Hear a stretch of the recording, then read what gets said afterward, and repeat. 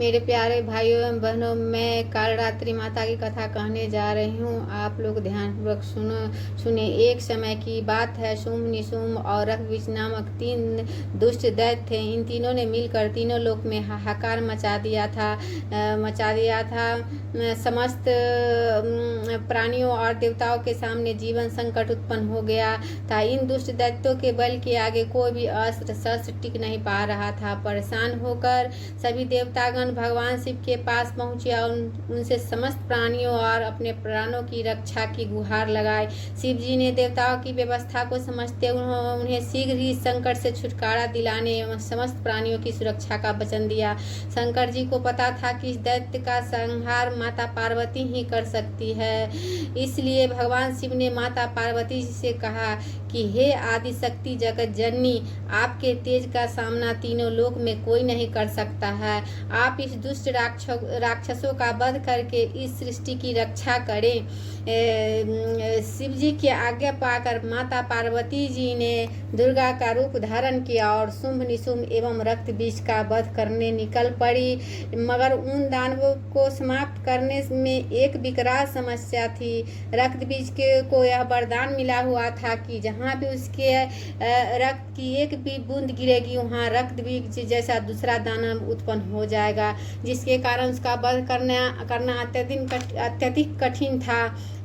माँ दुर्गा ने दानवों की सेना का संहार करना प्रारंभ कर दिया। भीषण युद्ध हो रहा था। ऐसा लग रहा था कि जैसे पृथ्वी रक्त से लाल हो जाएगी। माँ दुर्गा अपने सिंह पर सवार होकर दानवों के खेमे में प्रलय मचा रही थी। उनका रौद्र रूप देख दानव भय से कांप रहे थे। चारों तरफ रक्त और शवों का अंबार लग गया था। सभी दानव काल के गाल में समा गए, मगर असली कार्य तो रक्त बीज का वध करना था। माँ दुर्गा जब भी रक्त बीज पर प्रहार करती, वो हंसने लगता और जहाँ भी धरती पर उसका रक्त गिरता, सैकड़ों रक्त बीज पुनः उठकर माता से युद्ध करने लगते।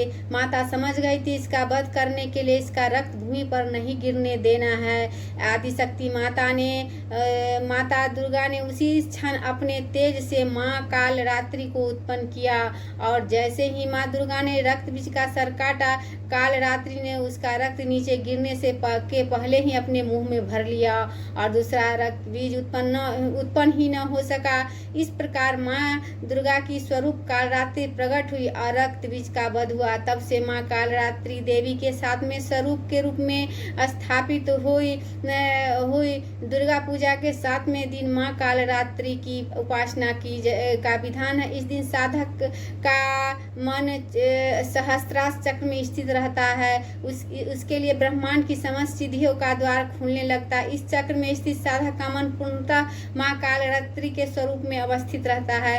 उनके साक्षात्कार से मिलने वाले पुण्य का वह भागी हो जाता है।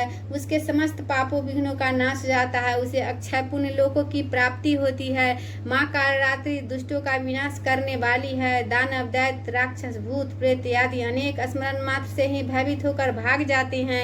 ये ग्रह बाधाओं को भी दूर करती है। दूर करने वाले इनके उपासक को अग्नि भय, जल भय, जंतु भय, शत्रु भय, रात्रि भय आदि कभी नहीं होते। इनकी कृपा से सर्वदा भय मुक्त हो जाता है। कालरात्रि माता मंत्र एक बेनी जपा कर्णपुरा नगरा खरा स्थिता लंबोदृष्टि कर्णिका करनी तैला भक्त सारणी ओम जयंती मंगला काली भद्रकाली कपालिनी दुर्गा क्षमा शिवा धात्री स्वाहा सुधा नमस्तुते। माँ कालरात्रि को गुड़ व हलवे का भोग लगाना चाहिए। इससे प्रसन्न होती है और भक्तों को मनोकामना पूर्ण करती है।